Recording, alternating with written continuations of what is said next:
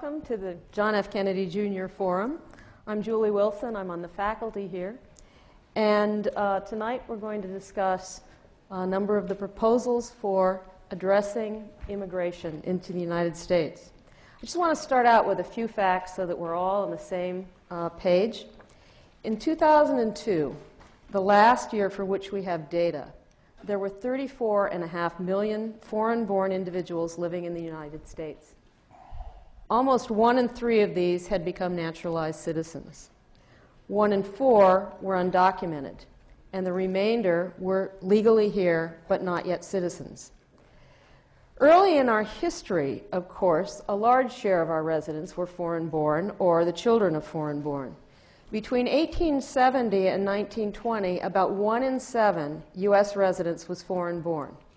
The foreign-born share declined after that point until 1970 when it began rising again. Today, about 11% of the residents of the United States are foreign-born. Over the last 4 decades, as we've all been made aware, the source of immigrants has changed, shifting predominantly from European countries to predominantly Latin American and Asian countries. Now, foreign-born residents make up 14% of our workforce, and during the 90s, they were 1 out of 2 of every new workers. We have an outstanding panel tonight to talk about where we are and where we should head next in the whole topic of immigration. First to my left, the Honorable Jim Colby, who's currently serving his 11th term representing Arizona's 8th Congressional District. He's a proponent of immigration reform and has recently submitted temporary worker program legislation. Among his committee assignments is membership on the House Appropriations Committee and chair of its subcommittee on foreign operations, export financing, and related programs. Mark Krikorian is executive director of the Center for Immigration Studies, a nonprofit, nonpartisan research organization in Washington, D.C., which examines and critiques the impact of immigration in the United States. The center is animated by a pro-immigrant, low-immigration vision, which seeks fewer immigrants but a warmer welcome for those admitted. To his left is the Honorable Ron Mazzoli, who served the state of Kentucky in the U.S. Congress from 1971 to 1995, where he chaired the Immigration, International Law, and Refugee Subcommittee. He was co-sponsor of the 1986 Immigration Reform and Control Act, often referred to as Simpson-Mazzoli. Key provisions of that bill included amnesty for then undocumented workers and provisions for sanctioning employers who knowingly hire undocumented immigrants. And we can't let Ron get by without saying that he graduated from the mid-career program at the Kennedy School recently. Great time. And on the other end, at the end, is Doris Meisner, who is currently a senior associate of the Global Policy Program at the Carnegie Endowment for International Peace. Earlier in her career, she founded the endowment's International Migration Policy Program. She left that program in 1993 to serve as commissioner of the U.S. Immigration and Naturalization Service, then the INS, under President Bill Clinton. I'd like to start with you, Representative Colby. President Bush recently proposed an immigration reform plan that would enable 8 million illegal immigrants to obtain legal status as temporary workers. And you filed legislation to support this. What are the strengths of this proposal? Why should we do this? Well, I think, of course, the President hasn't filed a specific bill. He's been very general in the principles that he's talked about, although he has, in this case, said that he thought the legislation which Senator McCain, Congressman Flake, and I have introduced is the model that he would like to see us follow. So he's publicly said, he hasn't endorsed our bill, but he said it's the direction he thought we should go. What are the reasons for it? Why do we need this? Why should we go this direction?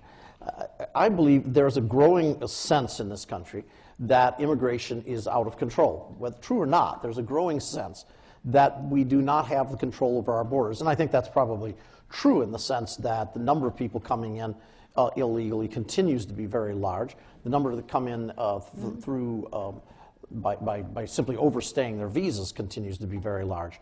My view is that it's an economic issue. It's an economic problem. In other words, there are jobs here on this side of the border and people outside of the country who are willing to take the jobs at the price that's being offered. So it's an economic problem, and we need to have an economic solution. A guest worker program is an economic solution because it says to people, if you want to come here to work, you may come here. That doesn't give you permanent residency. It doesn't give you permanent status. You're not here as a citizen, but you're entitled to work in this country. And it takes away a lot of the problems. Now, there's a lot of things that can go wrong with guest work, and we'll have a chance to talk about some of these here tonight. But I think, by and large, if you have a broad, and it's got to be broad, a guest worker program, so that it covers, it's not limited. If you try to limit it, then you're going to always have another group that's going to try to come in outside of those limits. And the second part of it that you have to deal with is those that are already here. So any guest worker program has to deal with two components: people that are here now in an illegal status, and the next group that will want to come in, the next wave that will want to come in after them. If you don't, and that I think was the failure in 1986, we didn't deal with the next group. We said we were going to enforce the law. We didn't really have the enforcement mechanisms to do that. And so if you don't deal with both parts of that, I think you're simply going to have the next wave of the problem. Mark, you're on record as thinking this is not a good idea. It's not. And both pieces of it are the problem. The first assumption of this approach of amnestying the illegals who are here, because if they get legal status, that's what an amnesty is, and then creating a mechanism for the legal importation of future workers, the basic assumption is that immigration isn't controllable, that there's really nothing we can do about the illegal population here other than amnesty them, and there's nothing we can do to actually control the inflow of people because there's some kind of overwhelming economic necessity for them that the government is simply incapable of managing or controlling. And so the solution, I mean, the president's principles and all of the people who have talked about this and presented legislation essentially is based on the idea that we need to lie back and pretend to enjoy it and kind of dress it up somehow so that it seems like we have control over what's going on. So we fool ourselves into thinking we have control, but in fact, we simply allow forces that are beyond our control, like the weather or the tides, to simply do their work. And nothing could be further from the truth. Immigration is not something that responds purely to economic pull, to economic demand, or even push factors from overseas. The only way an economic demand and a push factor from overseas are hooked up is through networks. Nobody wakes up in Uruguay and says, today I'm going to move to Methuen. People go where they have friends, where they have relatives, where they have connections, and government policy like these proposed guest worker programs, like our guest worker program with Mexico from the 50s and the early 60s, create these networks. And in a sense, make sort of this idea of inevitable immigration self-fulfilling, because immigration always creates more immigration. We bring people in as guest workers. They have relatives. They have friends. Those people want to come in as guest workers.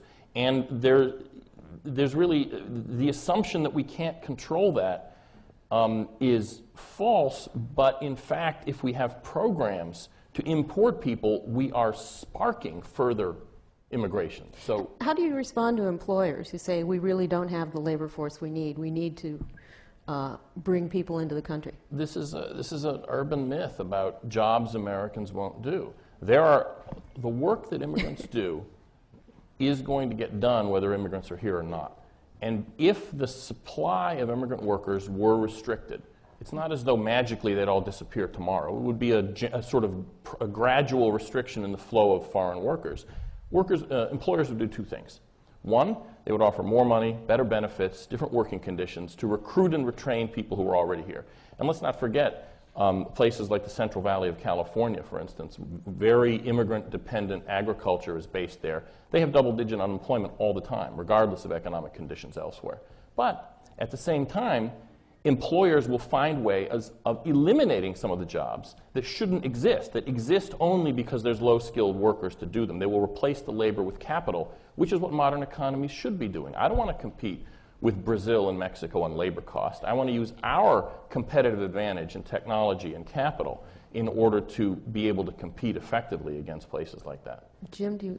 Well, I just don't think that works when it comes to talking about things like picking asparagus. You can do some technology, and we do a lot of technology in agriculture, but there's a lot of just labor-intensive things. It's the people changing the beds in hotels and so forth and washing the dishes. It's, by and large, it's going to be very hard to find Americans to do those kinds of jobs. We have a relatively low unemployment rate at 5%. It's pretty low. And there's just an awful lot of jobs out there that are going to go begging. And to come back to the earlier point, if you simply say, you know, we can always find people that can do these jobs, and we don't need to import these kinds of people. It just begs the issue, it seems to me, of what the fundamental problem is, and that is that you've got, that it is an economic issue. You've got people out there to do these jobs. It just isn't going to work. We've had drug laws on the books for 100 years. And we haven't been able to fix that problem. So why do we suddenly think, you know, just enforce the laws, then we can talk about some other kind of immigration fix here? If I could just briefly respond, the analogy that people often use is either drug laws or prohibition or speeding, 55-mile-an-hour speed limit on the highway. All of what those things all share is that there are intrinsic characteristics that make it difficult to enforce the immigration law. Drug laws. Drugs create a biological craving, an addiction that is physiological and can't simply be legislated away. Speed limits are the same thing. The interstate highway is engineered for 70 miles an hour. It exists. It was built with the intent of driving 70 miles an hour, not 55 miles an hour. The labor market does not have some objective fixed demand for immigrant labor. The supply of immigrant labor distorts the development of these industries. So farms or farmers may well decide, I have low-skilled, cheap labor from Mexico. I'm going to grow strawberries instead of growing carrots, because carrots I could harvest by machine. Strawberries I probably can't. My solution would be, frankly, my answer to farmers, for instance, who might not be able to produce asparagus without foreign hand labor, is maybe we ought to be buying the asparagus from Mexico or the Dominican Republic and have the people stay home and grow the stuff, and have our farmers grow carrots or something else that can be harvested mechanically. Well, if I could chime in just for a second. First, with great respect to you, Professor, you used the term amnesty, as my friend Mark did. Really, the programs that we did back in '86 and the program which Congressman Colby would support, and the one that apparently President Bush supports, are really not amnesties. They're earned. You have to be here for a certain number of years. You have to work. You have to be clean of any kind of criminal record. You have to have paid taxes and all the things that I would say constitutes fiery hoops you have to jump through before you can qualify. So I think we do a disservice to the issue of immigration by using the term amnesty, which is an inflammatory kind of word, and which contemplates, I think, what President Carter did when I was still in Congress, which is to basically wave a wand and then make good all the people who had, you know, defected because of the Vietnam War. That's an amnesty. This is an earned situation. Secondly, when you talk about the networks, and Mark is exactly right, these are networks. There are certain states in Mexico which have sent the bulk of the people into the country. You can't, just like you cannot untangle a plate of spaghetti, you cannot untangle these networks. They are there.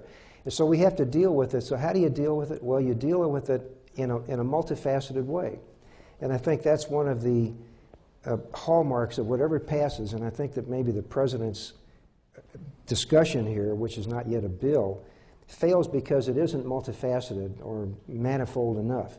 You just don't have the elements that I think we tried to bring in 1986. We had some of the same things facing us then. We had an illegal population in the country. We had farmers and other employers saying that they could not get labor because you couldn't pay enough.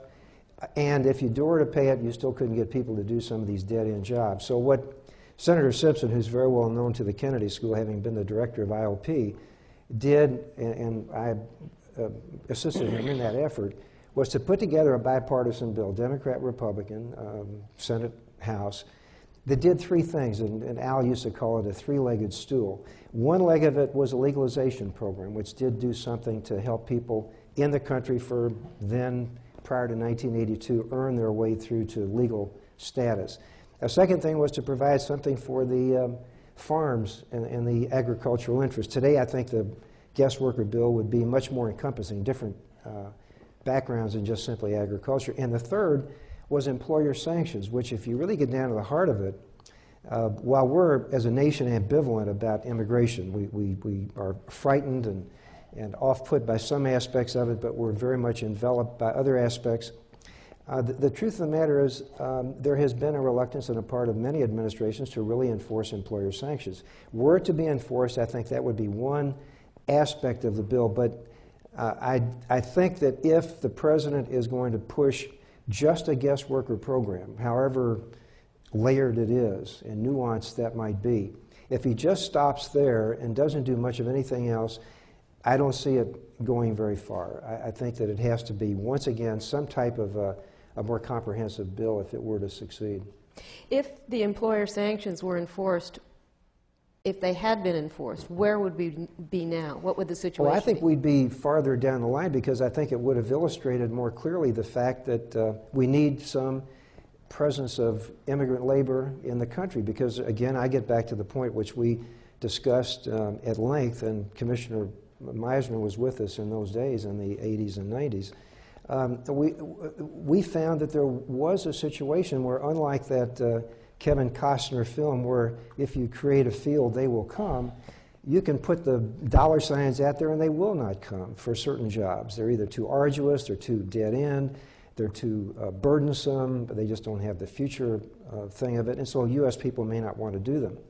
And so I think that if there were an enforcement of employer sanctions, with the one element to give honest employers a simple, clear-cut way to determine the qualification to work, something like we swipe a Visa card or something. Mm-hmm. But something like that, which Al and I talked about, but which the successive administrations didn't really get into, if you had that kind of a fail-safe way to verify labor and the quality and the qualification to work, I think we would have crystallized the issue, and we would have had a guest worker program before now. We would have had less illegal entry, more legal entry, and I think we would have had still the vibrant economy that we have today. Dorit, what did it look like as commissioner? Well, let me just pick up on what Congressman Mazzoli has said, because the three-legged stool idea really was so indelible at that time as part of the debate. But it does illustrate that there have to be a set of things working together in order for a problem like this to be addressed, and even then we don't know really whether we would be able to get on top of this problem, because a lot of it really does now have to do with the international marketplace, global interdependence, the connectedness of labor markets, and our own demographics. Which is a country that is an aging society where we are not replacing ourselves and where new entrants to the labor market are fundamentally foreign-born. And it's saving us right now in terms of our productivity as compared to all the other advanced industrial societies in the world. But that doesn't mean that it should be done through enormous amounts of illegal labor where the rule of law is undercut in the process, et cetera, et cetera. But I think it's fair to say that in 1986, the big achievement of Senator Simpson and Congressman Mazzoli was to at least get the idea of employer responsibility established. However, I think everybody would agree, and I think the sponsors most of all would agree, that it's an insufficient law. It's weak. They couldn't get nearly as far with it as they needed to, and it has not been funded since 1986. If you look at the appropriations, it is a flat line from 1986 till now. So it's a law that is filled with loopholes, but most importantly, does not give employers what's been said here, a surefire way of validating who it is that they're hiring. And the federal government has not put resources into implementing a law, and even when you try to implement it, which I have had some experience with, you cannot do it. Indeed. So we need to learn from that. And the real underlying problem, in my opinion, is that we haven't wanted to do that. We have wanted to say, border enforcement, border enforcement, border enforcement. We have poured billions into border enforcement. And we have made enormous strides in border enforcement, but you cannot enforce the border when the message is, if you get past us, there is a job for you in this country. Because the pressure is too great, and you cannot do this job with just one kind of enforcement. You need a whole set of things working together.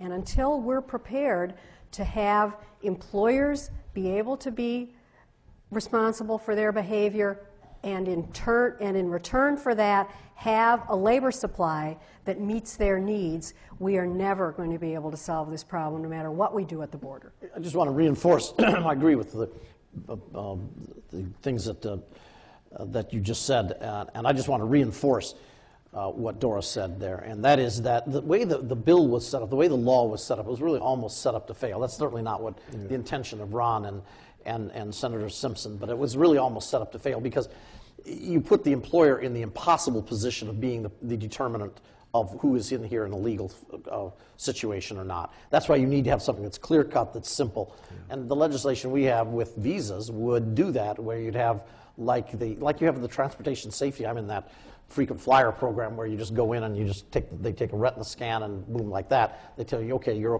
you're cleared to go. The technology for that kind of thing exists today. We need to have that on a visa so we can identify the person's carrying the visa with the person who actually shows up to make sure that it's the right person there. But if you do that, then you've got something that you can go after employers otherwise. But as it is now, it isn't much good to put a lot of money into enforcement of the law with employers, because it's just an impossible one to go after. You have to prove the intent of the employer to hire those people illegally, and that's so impossible. That's why no one ever gets convicted. We're all sort of in the improbable position of kind of agreeing with each other. But I'd have to say that we don't need to wait for some magic solution before we start enforcing the law. There's plenty that we can do now, and Doris's assertion is exactly correct. We have not wanted to enforce the law. And in fact, when people in the Immigration Service have tried to enforce the law, they've been publicly humiliated, slapped down by lawmakers and their own superiors in the administration, and often even forced into retirement. So the fact is, we could start enforcing the law if we wanted to with whatever resources we have, and nobody wants to do it. And that, I would have to say, is precisely the reason that some kind of vast amnesty and guest worker program is a mistake, because if we're not enforcing the immigration law today, there is absolutely no reason to expect that it's going to be enforced after a program like this is enacted, and it will simply it will supercharge illegal immigration rather than somehow solve the problem. Doris? I have to disagree. I mean, I don't think that you really can try to enforce the law now where employers are concerned. You can, but it is not a useful expenditure of resources. I mean, it's simple, and I speak from quite bitter experience with this, in attempting in the 1990s to really do some fairly serious efforts at bringing big cases, at mobilizing the resources that were available in ways that presumably would send a message to other employers, et cetera. It is not doable under the current, as Congressman Colby has said, system of asking employers of the dilemma that they have in trying to fill out the forms that they're filling out and so forth. This is a total wink and a nod psychology that we're living in this country at the present time. Employers fill out all those forms. You all show your documents when you get a new job or whatever else. It is all paperwork and process. Everybody that needs to has a fraudulent document. Every employer can say, I saw something that looked like it was okay. What do you expect me to be, a document expert? I don't have, passport readers on my desk, et cetera, et cetera. It's not, the equation has to be changed. Well, this is the other thing I agree with Doris on. We do, in fact, need to implement and roll out the verification system that actually INS started to develop when Doris was there. Exactly. And right. in fact, it was almost killed last year. It was reauthorized, but only through some prodigious efforts on the part of people who are interested in immigration control. Well, I remember often visiting the commissioner in her office after she had one of her tete-a-tetes on Capitol Hill with some of our colleagues, and I mean, she sometimes was ashen and drawn because they had just really, I think quite improperly, dumped on her some of these frustrations that we see. And one of the things that Al and I did, and I appreciate what Doris said about the fact that most of this young audience would not remember that prior to 1986, we had what was called the Texas Proviso, which said that anyone who would harbor illegal aliens and hire them and so forth with impunity was free, but the individual who was hired could be sent back to Mexico or be sent back to Guatemala or wherever they were from. And so we changed that and made it an offense for the employer to knowingly hire. And we also put in there, and Doris attempted over her years as commissioner to try to implement these various uses of electronic data, and we didn't have biometric in those days, but we had things that at least allowed you to swipe credit cards, and something like that could have been done. But zero response and no money, and so we are where we are today with a law on the books, which I guess is unenforceable. But I think it needs, until we do something, not to be just ignored either. I think if we were to just sort of pass it by entirely, I think we're going to let some of these unconscionable employers off the hook. One last thing I'd say, and a lot of what we say in the panel, because I want to say Mark was my guest when I was here as a visiting fellow, as was Doris, and we had great sessions with our study groups. But we said then, I say now, and I said back in 1981 and all the way through, we as a nation are ambivalent about this subject, and it makes Jim's job almost impossible in Capitol Hill to make public policy where the people are riven. The people themselves have disputes about what is the proper way to go. And without a unanimity, without an understanding on the part of the voter and public, it makes the job on Capitol Hill almost impossible. And when you're ambivalent about this, as we are, individually, we know wonderful people that we want to stay in this country even though they may not have documents because they're our kind of people. We know at the same time that in vast numbers this becomes a huge social and economic, educational, healthcare problem. But we have this change of view, we have this ambivalence that makes public policy very much more difficult to pursue. Let me shift the questioning just a little bit. Right now there's just a huge backlog of work to be done, applications to be read, all sorts of work. How do we get caught up on that? How do we change to some of the systems that you've talked about in the face of a large budget deficit and an attempt to cut the deficit?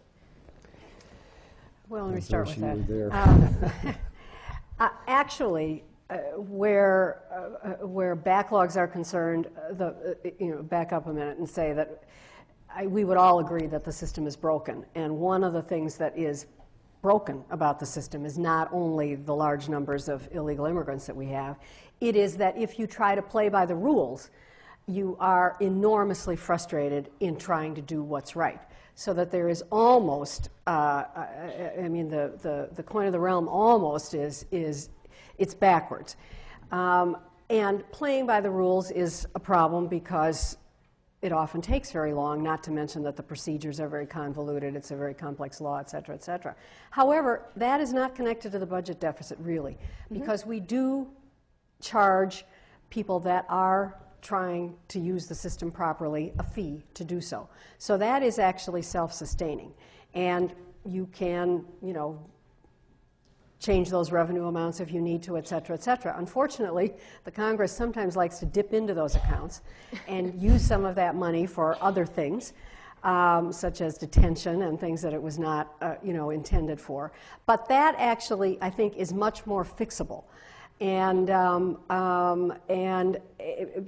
administratively, you need to run a system in a way that encourages people to at least use the laws that are there. Now, the problem is a bigger one than that, and that is that even if you want to try to use the laws, there is not enough room in our system for the numbers of people that legitimately could be brought into the country. I mean, for instance, in 1990, we eliminated any opportunity under the immigration law for unskilled people to come here legally. Well, what are we talking about in terms of the demand in our workforce? It's largely an unskilled workforce demand, and there are lots of other examples like that. We've made some progress, too, in reducing those backlogs. Actually, some of the backlogs have come down very substantially, but there is a huge problem, as Doris has correctly pointed out. And one of the problems is that since 9/11, And we all remember Atta and the others who got the few of them that got their visas in the mail 6 months later after they had crashed the planes into them. They were delivered in the mail to them. What is the message that the person processing those visas gets? If I don't do anything, I'm not going to get in trouble.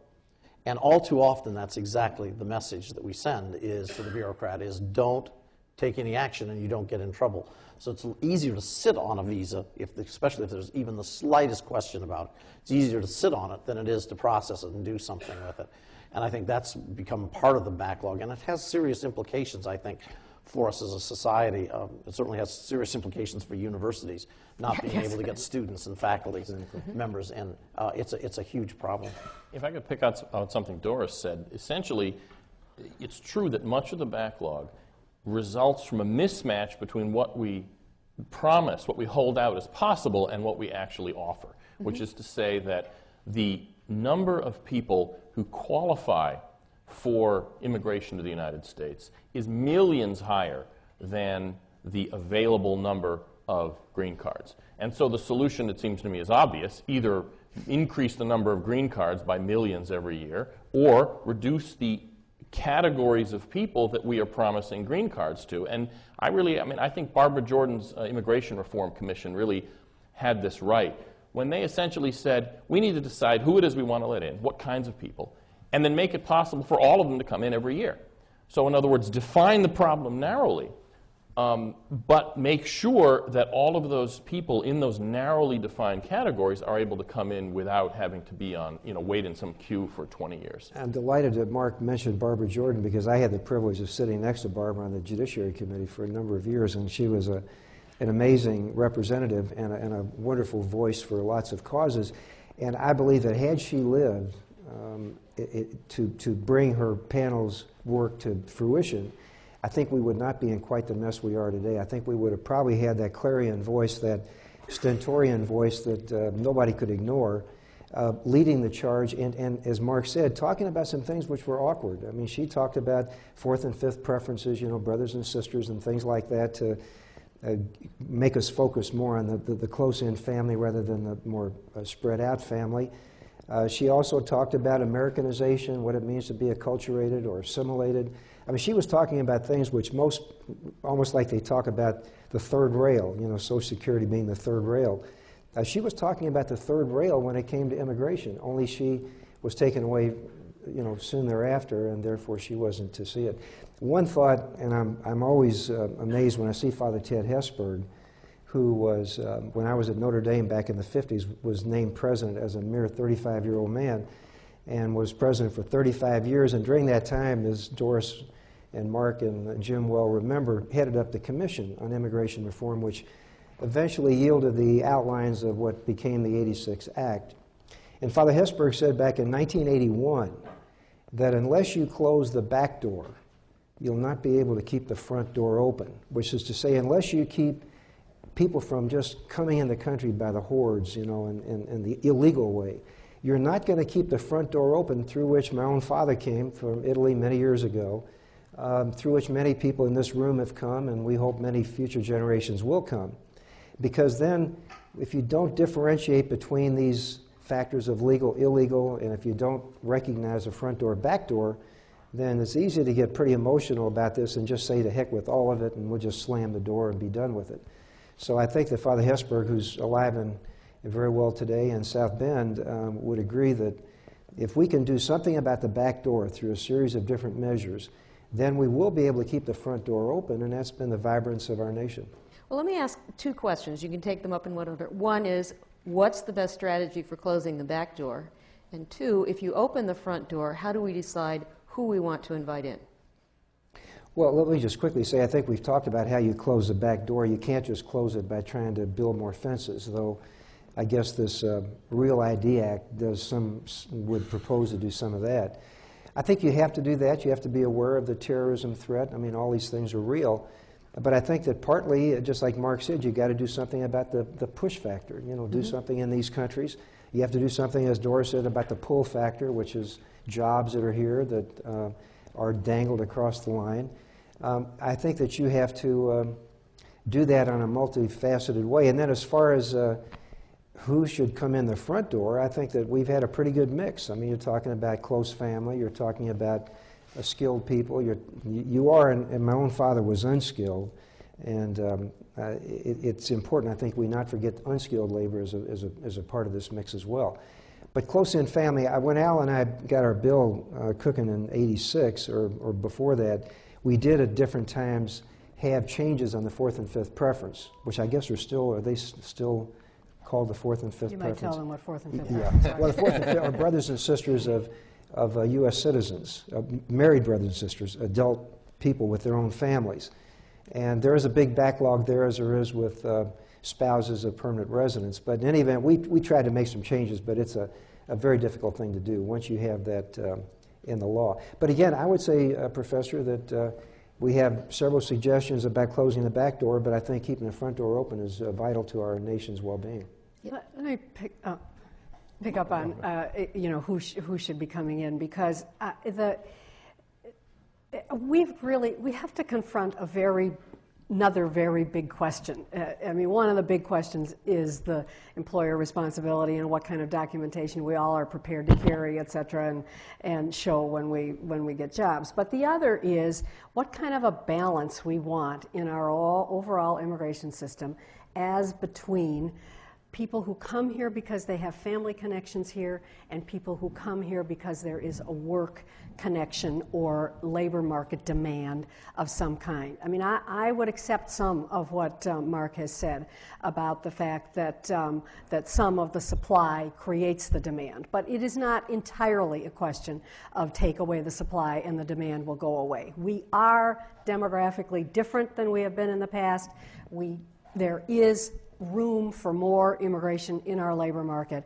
And the fundamental question I think that we've got to deal with is whether we're going to meet that labor market demand through permanent immigration, opening up our system in a way that creates a larger proportion of people who are here for economic reasons, or whether we meet that demand in the way that the President has been talking about and the way that Congressman Colby talks about, through a temporary worker program that assumes that people will go back to their country.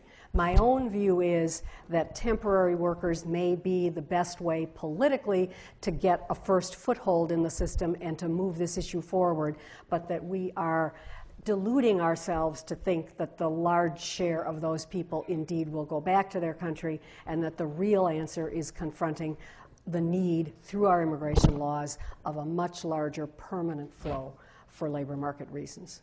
Could I address the back door and the front door both quickly? As far as the back door goes, the approach, the sort of the thinking about this seems to posit it as a Hobson's choice. There's only two alternatives. One, mass roundups, packing people into boxcars and deporting them by the millions in a short period of time. We're not going to do that. We don't have the capacity to do it even if we wanted to. Therefore, some form of legalization, whether it's amnesty or whatever you want to call it. Really, I mean, the point is illegal aliens get legal status. The fact is there's something in between, and that is attrition through enforcement. Consistent across-the-board enforcement of the immigration law can take advantage of the churn that already exists in the illegal population, people coming and going, so that each year, instead of the illegal population increasing, we can force it to decrease little by little each year. It's not easy. It's not a magic bullet. It just can actually work. I mean, it's analogous to dieting. I mean, the mass roundup solution is like liposuction.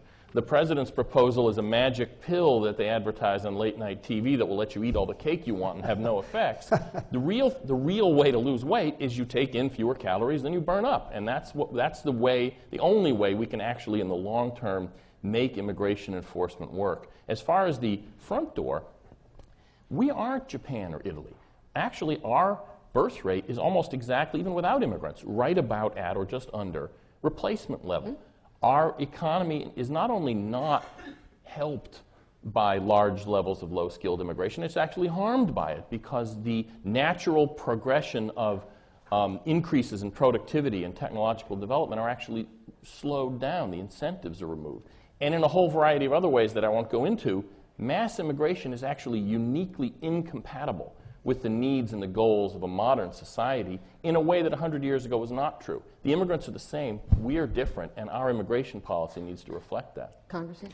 Well, I agree that we need to have an immigration policy that reflects the current needs, but on this back door, if you're going to close the back door, how are you going to simply enforce it? How are you going to say enforcement's what we need if you say you're not going to have mass deportations, we're just going to enforce the law better? Does that mean just at the border we're going to enforce the law? No, everywhere. At the workplace, Everywhere. illegals won't get bank accounts, Well, they then won't that get jobs. that means mass roundups and taking. You're going to. Well, no, because what we've seen, and then our experience actually has worked in this regard, is that even though we do need to increase the number of people we deport, there's no question about that, but most illegal aliens who leave the illegal population need to be induced to deport themselves. And this actually works. We saw it after 9/11. We actually started to enforce the immigration law, at least with regard to Middle Easterners. We wanted to make sure the Mexicans and the Chinese could keep coming, but the Muslims we focused on. And the largest Middle Eastern illegal alien group are Pakistanis. Half of the Pakistani illegal aliens left voluntarily. They deported themselves because once they got the message that the party was over, they realized that they had to get out. And they did, and it worked. And the point is, this is something we need to replicate across the board. There may be some other social issues involved in that, but we can leave that for another time here. So. Speaking of the Pakistanis raises a third question that we wanted to address. What was the INS, Immigration and Naturalization Service, is now part of Homeland Security. And how has the whole issue of immigration gotten entangled with the issue of terrorism? And has immigration become a lesser priority, or are there conflicts internally in the agency trying to enforce all of these policies? Well, let me just mention one thing, and I'll let my friends who know more about this than I do say it, but when Doris was my guest back in 2002 here at the Kennedy School, she said something that I've used with attribution in the meantime, with clear attribution. Doris said that prior to 9/11, we looked at immigration through the prism of humanitarian instincts and economic policy and family unification and all the different things. But since 9/11, to get back to what Jim said too, you're looking, she said, you look through the prism of national security and anti-terrorism and the war against terror. And that's really where we are. And that's really quite an impediment, because if you do look at immigration through that prism and that prism alone, and it becomes the preeminent area, if you will, or the preeminent prism, then of course a lot of normal immigration activities are sacrificed and dropped overboard. So it seems to me that we cannot be oblivious of the problems, and just the New York Times carried a piece yesterday or the day before about Canada and about drugs coming in from Canada, big front page story. We can't be oblivious to crime and drug entry. We can't be oblivious to the fact that terror suspects and terrorists themselves will come in not always through the ports of entry but through a border. The truth of the matter is that really is not the immigration issue totally. And if we concentrate too much on that, we lose some of the more nuanced need to look at the subject of immigration. Congressman, do you want to? Well, I just, back to your question there of how we really can enforce this, or I think what was about... The back door. Well, not the back door, the front door, but your last... The Oh, terrorism, the the connection security. to terrorism, the connection to terrorism. I mean, they are inextricably linked. There's no question about it. You're always going to have immigration policy linked to some kind of national security issue. But I don't think that you can define your immigration policy based on national security, or vice versa, define the national security policy based on the immigration. You have to have an immigration policy that works from an immigration standpoint. National security is an issue that leads to border security. You have to have border security that works, but we also have to have an immigration policy that works from the standpoint of how people come into the country. Once they get into the country, how they're tracked within the country. One of the things that hasn't come out here tonight is that 50% of the people who are in this country illegally didn't come across the border illegally. They simply came in with legal visas and stayed beyond the time of their visa. So we still don't have any system yet in place, and it's a very difficult one to devise as to how you're going to track that and find those people in an open society where you can travel and you can move and you can disappear into the woodwork, which means that we make the issuance of the visas a lot tougher at the other end. And that leads to all the frustrations and problems of of people wanting to come to visit their relatives here in the United States. We get these all the time. Half of the entire constituent casework of my office is on immigration issues, and it's always these kinds of things. Why can't my aunt come over to visit me? And these kinds of problems. And so you can't separate the two. They are definitely linked. When people talk about the connection between conventional immigration and security, it's often disparaged as a kind of opportunistic effort to sort of piggyback immigration in general on terrorism concerns. I'd have to say that because that this is one of the examples of the incompatibility between modern society and mass immigration, and that is that the kind of warfare, the kind of conflict that we are almost certainly going to be facing in future generations is what they call, what is sort of the wonkish term for it, is asymmetrical conflict, asymmetrical warfare. We're not going to be invading Normandy or Okinawa again. The brass ring of this kind of asymmetrical warfare, the conflict of the weak against the strong, is mass casualty attacks against civilians in the homeland of the enemy. And immigration control is job one in confronting that. It is, in fact, I would argue, the most important tool in protecting the homeland from terrorist attacks. Because there's all kinds of other stuff that needs to get done, whether the Iraq War had anything to do with that or not, I don't want to get into. But the point is, there's a lot of other things that we can do, obviously. But interrupting the terrorists, confounding their conspiracies, making it as difficult as possible for them to operate once they do get in here is job one, and everything else needs to serve that purpose. Yeah, so I would have to say they're inextricably. I'd really have disagree to with that. respond to, first of all, as we know from Oklahoma City, you can have homegrown terrorists, Right. Too. And secondly, I think we're better off trying to stop those terrorists at their home base in Afghanistan than waiting until they come to the border. I agree. I want to kill them before they get here. The problem is that's offense, not defense, and you need to have both offense and defense. Immigration is not the single most important thing that we need to do where terrorism is concerned, and Lord save us if it were. Intelligence is the single most important thing that we need to do where anti-terrorism is concerned. Immigration is part of what helps intelligence agencies find people if need be. So we certainly need to do better in terms of being sure that we know who's coming to the country, who's leaving the country, who's in the country, which is part of why a very large illegal population is a serious problem in a post-9/11 kind of a time.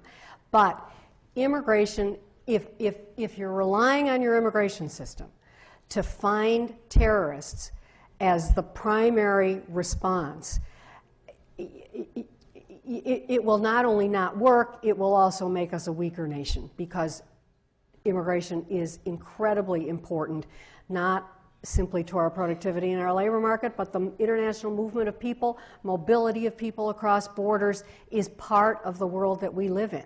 So it is very much an issue of having systems in place that can screen out people that you know are wanted, that allow you to put patterns together that help to do analysis for intelligence agencies, etc. But that should not be the lead of the battering ram. Let me Really emphasize quick. that it's not so much that the immigration tools are the only thing we should focus on, but rather that keeping the bad guys out is what we need to focus on, because if they're not here, they are the delivery systems for the weapons, and if they're not here, or if we can round them up when they are here, that is the primary goal, is to prevent access. We agree, but Not what already Doris here. is saying is don't rely on your immigration system to do that, to keep those people out. This group could continue discussions for quite a while. We'd like to open the discussion now to you. I'd like to lay out a couple of ground rules. We'd like to limit the first several questions to students. So if you're not a student, we're going to ask you to step back. And when you come up to ask a question, we'd like you to identify yourself and keep two things in mind. We know this is a very controversial topic, but the mission of the Kennedy School, one of our missions, is to raise the level of public discourse about important public policy issues. And this clearly fits the definition of an important public policy issue. And second, which is the mantra of every forum, questions are short and they end with a question mark. Hi, my name is Josh. I'm a sophomore at Harvard College. Congressman Colby touched on this briefly, but I'd like you to elaborate on it, and that's the problem of college students having trouble getting their visas to come study here. I know several people who have had to drop back a year because their visas didn't arrive on time. One of my best friends is from the Middle East, and he would like to go home to visit his family, but he's not sure if he would be able to get back in the country. It seems like in the war on terror and in a world where America is increasingly viewed with suspicion abroad, it seems like one of the things we should be doing the most of is increasing this exchange between America and other countries and encouraging people to come study at our universities. And it seems like that's just something that's not really being done. Can we, I mean, in your experience, it seems like this shouldn't be that hard a problem to solve. What can we do tangibly right now to make sure that it's easy for college students to come study from abroad in America? You've elucidated the conundrum perfectly there.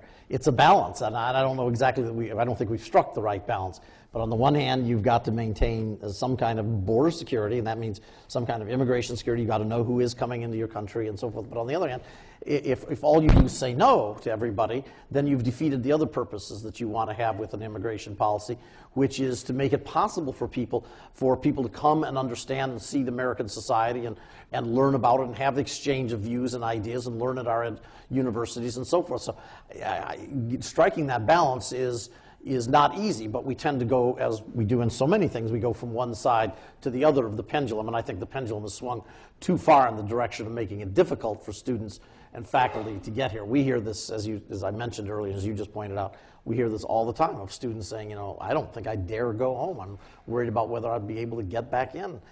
So it's a real problem. I don't know how we strike that balance. I think part of the problem is, frankly, that we have no numerical limit on the number of foreign students we admit, so the number has been increasing very rapidly in recent years.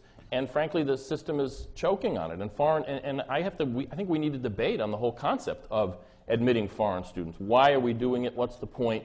And we need to think about this a little harder. Every foreign student who comes here, every single one, including all that pay full tuition, are subsidized. Because full tuition, as absurd as it may seem to you guys, given what you're paying here, doesn't not cover the full cost of an education at any institution. And so every foreign student at a state institution is subsidized by the taxpayers. Every foreign student at a private institution is subsidized by the alumni and the endowment fund. And we need to ask ourselves how much subsidy do we want to devote to this, and is it even a good idea at this level? Well, I don't think it's a bad idea at all. In fact, I think the more the merrier. And I had the wonderful. I had the great good fortune while I was here as a student at my advanced age to live in Lowell House. I'm not sure any Lowellians are here. Great. But a wonderful opportunity to live with the students who come from all parts of the world, and then to spend my days here at the Kennedy School where the students come from all parts of the world. And I learned so much, and I thought I learned a lot in Washington those 24 years, and I did. But I learned so much in those 10 months here at the Kennedy School that I just still am amazed by it. So first, I would say with respect to Mark, it's important that we not stop thinking about every aspect of immigration. But I certainly don't think that this is a really an important point. To get to the question of how can we do some tangible efforts now to ease this thing, I really don't know. So long as Congressman Colby said, so long as the bureaucrats who run this system and issue the visas are themselves under the threat of being, perhaps dismissed from their job if they admit the wrong person, there's going to be a lot of apprehension and timidity on their part to issue these visas. But I just think it's so penny wise and pound foolish to do it this way. We really need more students, because I think you cross-fertilize what's going on in our colleges and universities, and we of course send back to the home countries people who have a better appreciation of what American life really is. Yeah, my name is Francisco Cunha. I'm from the Kennedy School. And my question is, listening to you, to the panelists today, you talk about a more comprehensive plan for immigration. So I'm thinking from the experience of Spain, Portugal, Italy, how strongly they developed in the last years, thanks in part for the transfer of wealth from the rich countries to the south, which in a whole helped the European Union to be a stronger community. Transfer from wealth from Germany to France, Spain, Italy. I'm from Mexico. We are part of NAFTA with the United States. However, NAFTA has benefited most the export sector of Mexico. There's a lot of people. Can you get to the question? Yeah. Well, the question is, why are we not discussing a more comprehensive plan that will involve sort of a development plan for the south of Mexico and some regions of Mexico, which are actually the ones who are exporting people, not products, instead of just thinking about the border security, etc. It kind of falls in my area, so let me take at least a quick response. Obviously, in the long run, that's the solution. It's economic development, whether we're talking about Mexico or whether we're talking about Honduras or whether we're talking about Ethiopia or whether we're talking about Sri Lanka. I mean, that's the kind of thing, economic development that reduces the pressures on those people to come here. There's a limit on how much we can do, however, in that regard. I mean, I'm chairman of the foreign operations. I know what we do in foreign assistance. But you take a major, big country like Mexico, we could pour every dollar we had into one country like Mexico, and you're not going to solve the problem of economic development there. But there are some more things that we can do to encourage greater amounts of economic development in those countries, which usually ends up coming back to reforms that have to be made in those countries. That's one of the problems in the case of Mexico. We're not here tonight to discuss the economic problems there, but Mexico didn't follow through after NAFTA with some of the major reforms that it needed to make in order to make what you said is the export sector, make it work better when it came to things like agriculture and so forth. So they haven't done some of those reforms. So we do need to do more of that, but economic assistance or development is clearly, in the long run, the only solution to this problem. And I'd add another caveat to that. Yes, in the long run, it is the solution, but the long run could be a very long time. For a very long run. And the interesting thing is that in between here and there, immigration pressures actually will increase. Yes. Because a country that is or a region that is completely isolated, has no paved roads, nobody has any idea what's going on in the outside world, doesn't send immigrants. It's only once development starts a little bit, people get some resources, people get some information about the outside world, that they then want to emigrate. And that was the big problem with NAFTA, is that people weren't thinking about what we were going to do with all of the people who were going to be cut loose from the land, and arrange for them to move to Guadalajara or Mexico City or Monterrey rather than move to Chicago or LA. Well, when I was here, Carlos and I became friends, and we've talked many times about perhaps his going into government when his time here at the Kennedy School is finished. And I think that gets back to what we said before about having students come from abroad because they learn and they teach us as well as we teach them. But I think the idea of trying to do something with both the push and the pull factor is very important. As Congressman Colby said, it's a very tangled issue, and it involves a lot of working together and a lot of time, a lot of months and years. But certainly that is one element of this whole problem of solving the immigration issues. Alexandra. This is to Mr. Krikorian. I'm not sure if the diet metaphor is maybe appropriate in this context. Because it's not appropriate in my context. Anyway. Alexandra, do you want to introduce yourself? Sure. I'm Alexandra. I'm a second-year MPP student here at the Kennedy School. The metaphor strikes me as comparing immigrants to sort of an unsightly growth, a product of excess, weakness, something that should be burned off. And of course, this overlooks all the contributions that some of the panel has cited that immigrants make to our economy. Not just by keeping consumer prices low, but by starting small businesses. And these are things that can be measured pretty directly and sometimes indirectly. It seems you have a bit of more of a difficult task to prove the counterfactual, the cost to companies in lower productivity growth. So I wonder, how do you prove the counterfactual? How do you prove that companies will actually become more technologically advanced in the absence of immigration? Let me first talk about the 2 points you said were measurable. We have, in fact, measured them. Immigrants are not any more entrepreneurial than Americans. In fact, slightly less so. That's one of the consequences of mass immigration over the past 30 years. Immigrants do not have much, if any, effect on keeping prices down, because all low-skilled workers, immigrant and native, legal and illegal, put together, only consist of something like 4% of GDP. So, frankly, doubling the wages of just the immigrants, doubling the wages of low-skilled workers isn't going to have much effect on prices overall. But as far as your question about proving the counterfactual, the fact is there's plenty of instances where we've seen this kind of thing go on. I mean, let me just point to one, sugarcane harvesting in Florida. Now, we probably shouldn't have any sugarcane growing in Florida. This is exactly the kind of thing we can do to help the sending countries is stop protecting the growth, the harvest of sugar. But the fact is it exists. And so given that we have a sugarcane industry in South Florida, until the 80s, it was Jamaican workers who were brought in on contract, legal workers, did the sugarcane harvesting, just like they did in the Middle Ages. I mean, it was shirtless, sweaty men with machetes hacking sugarcane. Well, because these people came in on contracts, H-2A, H-2 and H-2A visas, there were certain requirements the employers had to fulfill. The employers didn't fulfill them. They shortchanged them all the time. They didn't pay them what they were supposed to do, didn't give them their housing, etc. So the legal services people down there started suing the employers. And the thinking was, boy, we're going to get these workers the pay they deserve and full compliance with their contracts. What they did was raise the real price, the real wage that these guys were being paid, the effective cost to the employers. So the employers, guess what? They didn't say, boy, we need to honor these contracts. What they did was say, okay, now the cost of these people is more than it used to be, so darn it, we're just going to buy the machines. So they eliminated all of the jobs for these contract workers, and 100% of sugarcane in South Florida is now harvested by machine. This is something that happened only over the past 15 or 20 years, and now what we have is instead of 100 foreign workers using machetes, you have one American or legal worker driving a combine and working in essentially a civilized modern form. That's what controlling and restricting the flow of foreign workers will result in.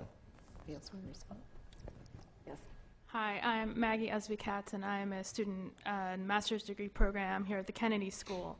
And I wanted to follow up on the second question, actually, and give a twist to it, because a number of us, for our thesis, are working with clients, both the World Bank and with the Inter-Americas Fund, and on looking in different regions on how remittances and immigrants can empower their communities to do the community development, so that it's not about economic assistance, but it's about how immigrants are can more meaningfully assist their communities. And it seems to be a very powerful new philosophy in the international development community, but I'm not hearing this dialogue in the American debate. So I was wondering if this is being incorporated at all, and how, if it's not, as it is incorporated, this could change the frame of the debate. I'm not sure I follow the question, but I do know that there are billions upon billions of dollars in remittances which are sent to many countries of the world, and of course, particularly, I guess, to Mexico.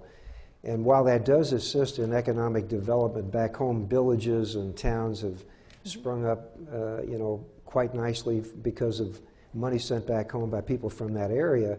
That's really not the answer either. In other words, if people want to send their money home, that's wonderful, and if they're here legally under a temporary program or a more permanent program, as Commissioner Meisner suggests, then money will be sent back, but now that's the way it ought to be. But as an economic development tool to permit, if that's the question, illegal entry in order to have money sent back to the sending countries in order to have them develop, I'm not sure that is the kind of answer to this tangled question we want. Remittances are a very important part of an economic development program, it seems to me, but it's an informal one. It's not one that we measure, at least as part of the government, in terms of how we appropriate and decide where our dollars are going to go. But there's increasing evidence, as you say, that it's being used here as these people become more sophisticated in the United States, that they're using this to direct development in their hometowns and their states and their localities where they come from, that they are demanding more at home, more accountability from the political leaders in their home cities where they're sending this back to be sure that this money is being spent in the right way. So it does have the possibility of being a very important tool. But I don't think you can think of it as part of an immigration policy. It just happens to be a spin-off that is there, and I don't think you can develop an immigration policy based on the remittances issue. But the remittances are becoming an increasingly large part of the flow of capital going into these countries. Let me just add that I think that one of the real dangers, because the amounts now, if you're studying it, you know, are so substantial that, you know, it's the largest source of foreign exchange for some countries and for others the second largest. So these sending countries have an enormous increasing institutionalized interest in what it is that we do here with immigration policy, because they are terrified that might be reduced. But fundamentally, that money is household survival money. Even with the kind of efforts that are being made, they're still embryonic to actually have a more you know, composite effect to that money. And what I worry about with remittances is that it gives developing countries an out. I mean, there is a sort of a new philosophy developing that I think is quite dangerous, which is that somehow or another development should be done on the backs of the money that the poorest people, the poorest wages, you know, are then eking out to send back home. Fine that that money is going back home, and fine that those families are being able to do better, but that doesn't in any way, I don't think, absolve those countries from having a development plan, from really making credit markets available, from dealing with their own infrastructure. You know, remittances are not going to create highway systems that bring people to markets, etc. So I think it's really a both and, not an either or, and a lot of the literature is either or-ish. Yeah, I just want to add that another problem that is sort of related to what Doris said is that these remittances create a kind of dependency mentality, either both individually and on a national scale. And I'm sure there are ways of structuring it in order to make it more productive, so it goes into development rather than buying Pepsis for the deadbeat brother-in-law who didn't want to come here. But there are also other downsides that you need to think about from our end. First of all, millions of dollars in U.S. welfare payments end up being remitted back home. Number two, what we're talking about is, and this relates to what Doris said, some of the poorest people in the poorest communities in the United States are, instead of using the capital to buy a home or send their kids to college or buy a second hot dog stand so they can increase their business, are sending it home because these people often expect that they're going to go home, and they're not. So in other words, the long-term investment that people who are going to end up staying is not being made in the communities and in their own families. It's being diverted elsewhere. So, I mean, there are pluses to it, but there are a lot of minuses that people don't want to talk about. I have to say, people are not sending welfare money home. Yeah, yes, there is. No. Ed, no, excuse me. Economist at UC Davis has actually done work on this. And the fact is that millions of dollars that are being sent, I don't mean the checks are co-signed and sent back to Michoacan. I'm talking about people who collect cash and non-cash benefits, remit a significant amount of money back home. And so, I mean, I don't know how you avoid the conclusion that taxpayers are indirectly sending money back in remittances. Good evening. My name is Nancy Chidas, and I'm a first-year student here at the Kennedy School. Professor Wilson referred to the fact that the discussions about immigration in this country sometimes use a language that it really has no place in civil public policy debate. And I reflect on that, and I'm thinking that language usually, you know, the more venomous, the stronger language, is directed towards the immigrants themselves. And I find it very puzzling that someone could focus so much energy and attention on what I see as one half of the equation, and many of you referred to the fact that we may need to focus more of the enforcement on employers, and I would agree with that. I think the long-term sustainable solution is focused on the employers. Specifically, Mr. Krikorian made a suggestion that it might be possible to have, I think you said, to have the immigrants stay home and pick the strawberries at home. Now, my feeling, just reflecting on actual, you know, looking at what happens when corporations, say U.S. corporations, go into other countries, go into Mexico, they take over the domestic agriculture, and they pay a wage that, if someone is fortunate enough to get a job, and it is fortunate because they do pay the minimum wage, you may make, you know, $20 a week, which, you know, doesn't buy you a pair of shoes. So I'm wondering, the next time we see a bill in Congress about long-term sustainable solutions to immigration issues, are we going to see an effort to enforce the behavior of U.S. firms abroad and how they influence the economic development of those countries? Well, I don't know who that's directed Gives you to. that foreign. I just think the link there is a very, we hear that all the time. We hear that, of course, in the trade agreements. You know, if we need to have better enforcement of environmental laws. We need to have better enforcement of labor laws in foreign countries. I mean, it really, I think, ill behooves us to tell other countries exactly what their labor laws should be. I think we should insist on some basic standards, and we do that through International Labor Organization standards. But it does not make sense for us to try to say to a developing country, you have to conform to our standards, labor standards, or our environmental standards. I've traveled a lot, and I've been in these countries, and I've been in a lot of these plants that are owned by American firms, the large firms, and they are, for the most part, pretty much state-of-the-art plants in terms of working conditions. Yeah, the wage is not something that you would want to get, but it's a better wage, I can tell you. I'm thinking of going to certain electronic plants that I've been into in Honduras. It's a lot better wage than they're making outside, and that's why it attracts those people. That's why they move from the countryside into the cities to get those kinds of jobs, because it is better. You see the same thing along the northern border with Mexico. I just think you do get, it's part of the process of economic development. And we know that, for example, on environment, we know that when a country reaches a certain level, it's a per capita income of somewhere around $4,000, that all of a sudden environmental issues become critical, important to them, and they start to devote more of the resources of the country to that issue. So if we can get countries up to that level of development, I think we can do a lot better. Well, I was reminded when the question came that I think we would be spinning our wheels and wasting a lot of valuable time if we were to devote too much attention to what companies do abroad, either home-owned companies or our U.S. companies that have activities abroad, because this issue continues to fester here. The issue of immigration continues to be a factor at home that we have to deal with. And so I don't think we have that much energy to devote time to that and time to this at home. Also, one thing struck me too, and that is that the tendency we have of not differentiating between illegal immigration and legal immigration gets us into a lot of hot water. You talk about things that will inflame people and excite people and frustrate people. We've reached a point where when we talk about immigration, it's almost like we're talking about illegal immigration. So I think we have to keep these things separate as terms in order to make the debate at least a little bit less heated and a little bit more fruitful. Hi, my name is Anna DeSouza. I'm a Harvard College sophomore. One of the less prominent bills in Congress right now is called the DREAM Act. And I don't know if you're familiar with it, but it's meant to assist illegal immigrants who are of college age and intelligent and motivated enough to go to college, to not only be able to afford in-state tuition, but also to get their green card through a college education, with some qualifications, of course.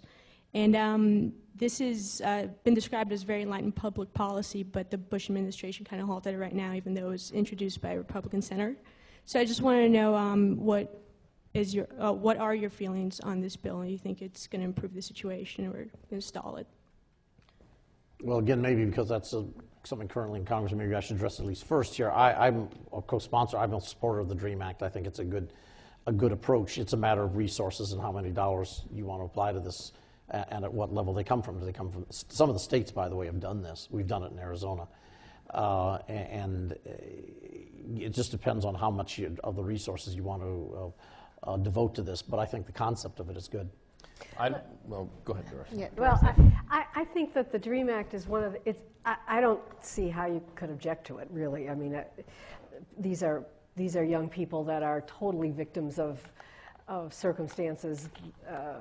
Their parents made the decision to be here and are not in legal status, but we're hurting ourselves as a society, it seems to me, if we make it not be possible for, as you say, the people that are motivated and talented to be able to get a college education. However, I think that it is an example of, I think it's very meritorious, et cetera, but I think it's an example of how fundamentally we're failing at dealing with the issues of immigration overall. It's going after a symptom. And it is, I'm sure Congressman Colby would agree with me, that the kind of political energy that it would take to pass that law, you might as well, pass a big reform that actually would make the difference in terms of the underlying circumstances that created people that are eligible for the DREAM Act.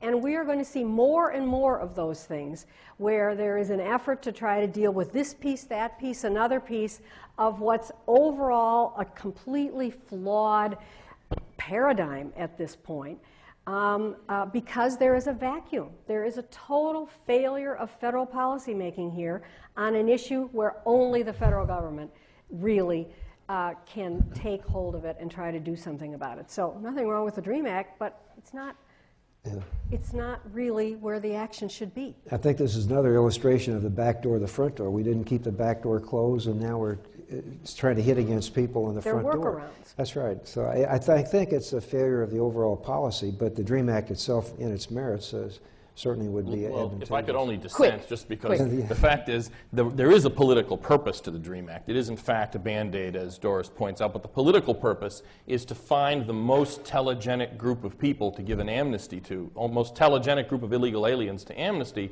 as a sort of camel's nose under the tent. And frankly, if we fix the rest of immigration and radically narrowed the concept of legalizing people not who came here at 17, but people who came here at, say, 4 by their parents. I don't know, that's something at least I could discuss, but not until we address the broader problems. Yes. Hi, my name's Paloma. I'm a junior at the college.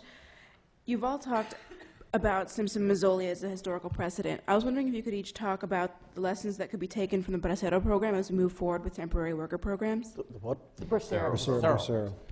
Well, she said Simpson-Mazzoli. So yeah, I was going to say. Well, actually, the Harvest of Shame, the famous documentary that was done that sort of blew the Bracero program out of the water, did in fact show us that, to get back to what I think Mark had said in an earlier answer, unscrupulous employers who did not follow through on their pledge to provide a decent living accommodation, decent wages, decent working conditions, and it was such a scandal that it collapsed and fell apart and was obviously eliminated from the policy of our nation, and deservedly. And so it has infected all of the debates since then about temporary worker programs, because anytime you talk about a temporary worker program, somebody in the audience says, well, that's just another Bracero program, and then you bring back the Harvest of Shame and all of that emotional content. I believe, and Congressman Colby is there, he knows more about it than me, but I believe you can fashion a temporary worker program that will not have the same flaws and failures and outrages that the Bracero program had. And it's not going to be an easy thing to do, but I think it would contemplate, obviously, protections in the workplace, making sure that there are opportunities for these people who they will not be exploited, that they can fight back by filing suit and moving from job to job, doing the things that the Braceros could not do. So I don't think that a temporary worker program is necessarily alike and akin to a Bracero program, but whenever the debate comes up on Capitol Hill, Congressman Colby and his friends have to deal with that as one of the underlying realities. Could I address them? There's 2 things that we learned from the Bracero program. One is the exploitation. There's no question that's a real issue. The other thing is, though, that it was a real-life social experiment, and that demonstrated beyond all doubt that there's nothing as permanent as a temporary worker. The fact is, no guest worker program in human history has ever worked the way it was advertised, and the Bracero program is one of the factors that created the momentum for today's illegal immigration. I mean, you can't do something like that without creating permanent immigration consequences. I would have to say that's the chief lesson that we've learned from the Bracero program. But I would say that anything that's as dynamic as something like an immigration policy, you could say that about any part of immigration policy, that it's never worked exactly as it was intended or as it was drafted. And you could say that about almost any kind of legislation that we work on there in Congress. So I don't think that's a very good argument to say the Bracero program or other guest worker programs have never worked precisely as they were were intended to Well, work. I'm not saying precisely. I'm saying the concept of a temporary worker program is you use a person's labor and then you dump them when you're finished with them. People don't work like that. Immigrants are people too. They're created in the image of God, and they have their own objectives, their own goals. They're going to start to get rooted in society. They're going to like the way it is here rather than the old country. And everybody who's tried this, unless it's under the most rigid prison-like circumstances, like you might have in some countries of the Middle East, it doesn't work. And I would rather have an American immigration policy instead of a Saudi Arabian immigration policy. Well, that's why our legislation does have a provision so that you don't have a fixed date at which that person must return home. But the president has insisted on that. I mean, the president has drawn a line in the sand that people are going to be expected to go home. Rhetorically. Maybe he didn't mean it. We have time for 2 more questions. Let's move right up here. Thanks very much. My name is Mark Linton. I'm an MPP student here at the Kennedy School, and I want to thank the panel for coming tonight. It's been a great conversation. The one comment from Mark that I agree with tonight was the last thing he said. That temporary worker programs historically haven't worked. And the discussion tonight that's resonated with me, the part of it is the theme that there are many jobs, labor needs that are driving the demand for immigration right now. It seems the area where Republicans and Democrats are willing to work together on immigration reform.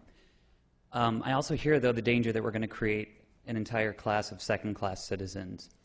So my question is, people who come here and work, given the history of our country being one of the only countries in modern history to be founded by immigrants, and the future of the country, where we want it to go, ought they not be given the right to become full citizens if they work here? And what other labor provisions do we need to put in any kinds of legislation to make sure that they're not exploited, that they're not treated as second-class citizens? Because frankly, in reality, labor laws don't apply to immigrants the same they do to Americans. There are language barriers, there are poverty issues. I wonder if the panel could talk about that. Well, I'd say I could answer that in just a sentence. I think you have to have a path to permanent residency, and our legislation does that. And I'd like to point out that what that means is that the temporary workers are indentured servants for a certain period of time. And I'm not using that indentured servitude in a figurative sense. They are literally indentured servants. Because when people came in the 17th and 18th centuries, they couldn't afford, there was no way to get here otherwise. They bonded themselves to the ship captain. He sold the contract to the employer in the colonies. And they had 7 years where they had to work, at which point they then got permanent residence. It was a path to permanent residence. No, ours doesn't work that way. This is a modern version of indentured servitude. And whatever number of people we take, and I think it needs to be low, they need to be admitted as prospective members of the community, green cards. I would think that if I'm not mistaken, Congressman Colby's bill and the other bills that are pending will give these workers a chance to shift employers. Yes, it's portable. So in other words, you're not indentured to an employer. You do have to work. You have to show a work record, but there's no indenture in this. You're indentured to the United States. You stop working, you're booted out. So, I mean, I don't really see the difference, quite honestly. This reflects how our immigration policy has been driven by what I would describe as an anti-immigrant high immigration approach. The libertarian approach to immigration, to let in large numbers of people but make sure they don't get too comfortable. And that really is increasingly reflected in the proliferation of guest worker programs and other aspects of our immigration law that really reflect essentially the Wall Street Journal's immigration approach, even though people on the left imagine they're somehow winning this debate. Our last question. Thank you very much. I am a student, though not here, and a part-time student, so I kind of squeeze in on that. Squeeze in as a student. Former Congressman Mazzoli, I think you made a good point, especially one that applies here in Massachusetts, where no distinction is made between legal immigrants and illegal aliens in this Commonwealth. Of course, it's a huge problem in this Commonwealth. You also made the comment that you have difficulty in Washington getting anything done because of ambivalence. Now, I live in Weymouth, Massachusetts, and we have an increasing problem with the illegal aliens. And while you can have this dispassionate, rational discussion, I have a question for Congressman Colby. We know that there are 8,000 to 10,000 illegal aliens crossing the border each day, approximately 4,000 coming across the border in Arizona. Half of them in my state. Pardon me? Half of them in my state. Yeah, included among those are, drug runners, criminals, and possibly terrorists. So it's difficult to understand why more can't be done, from your standpoint, to do more to seal the borders and control the borders and prevent all these illegal aliens from coming across. Well, I invite you, and Doris Meisner has been there and seen it, I invite you to come to the border. I've flown every mile of the border from the Colorado River over to New Mexico. And let me tell you, that's one hell of a border. It's rugged, it's difficult, it's impossible to talk about. Sealing the border is just not a realistic answer. You just are not going to seal that border. Now, I did have somebody at one of my town halls say, I've got the answer. He said, I know how you can fix this problem. Put a landmine every 5 feet and give every rancher an AK-47. That'll take care of it. And he was dead serious about it. Sat down there. I don't think that's the kind of immigration policy or enforcement policy we want to have. Has anybody ever tried to put political pressure on President Fox of Mexico? Well, President Fox to do what? To suddenly make his country rich and wealthy and have all the jobs that he wants there? I think President Fox should have been doing a lot more than he's done. I'm disappointed with a lot of the policies that President Fox or that the Congress has failed to adopt. It's a multifaceted political problem in Mexico. But I just don't think that saying put more pressure on President Fox is really going to be a huge part of the answer. We need to have more cooperation with President Fox, with the Mexicans, on a lot of things dealing with immigration, on notification, on repatriation, a whole lot of things that I think we need to have improved cooperation on. But in the end, our immigration policy is our policy, and we have to enforce it. We can't rely on the other countries to enforce it for us. Well, we'd like to see more enforcement. Thank you. I'd like to thank the panel. I'd like to thank the audience. This has been a provocative discussion. Thank you.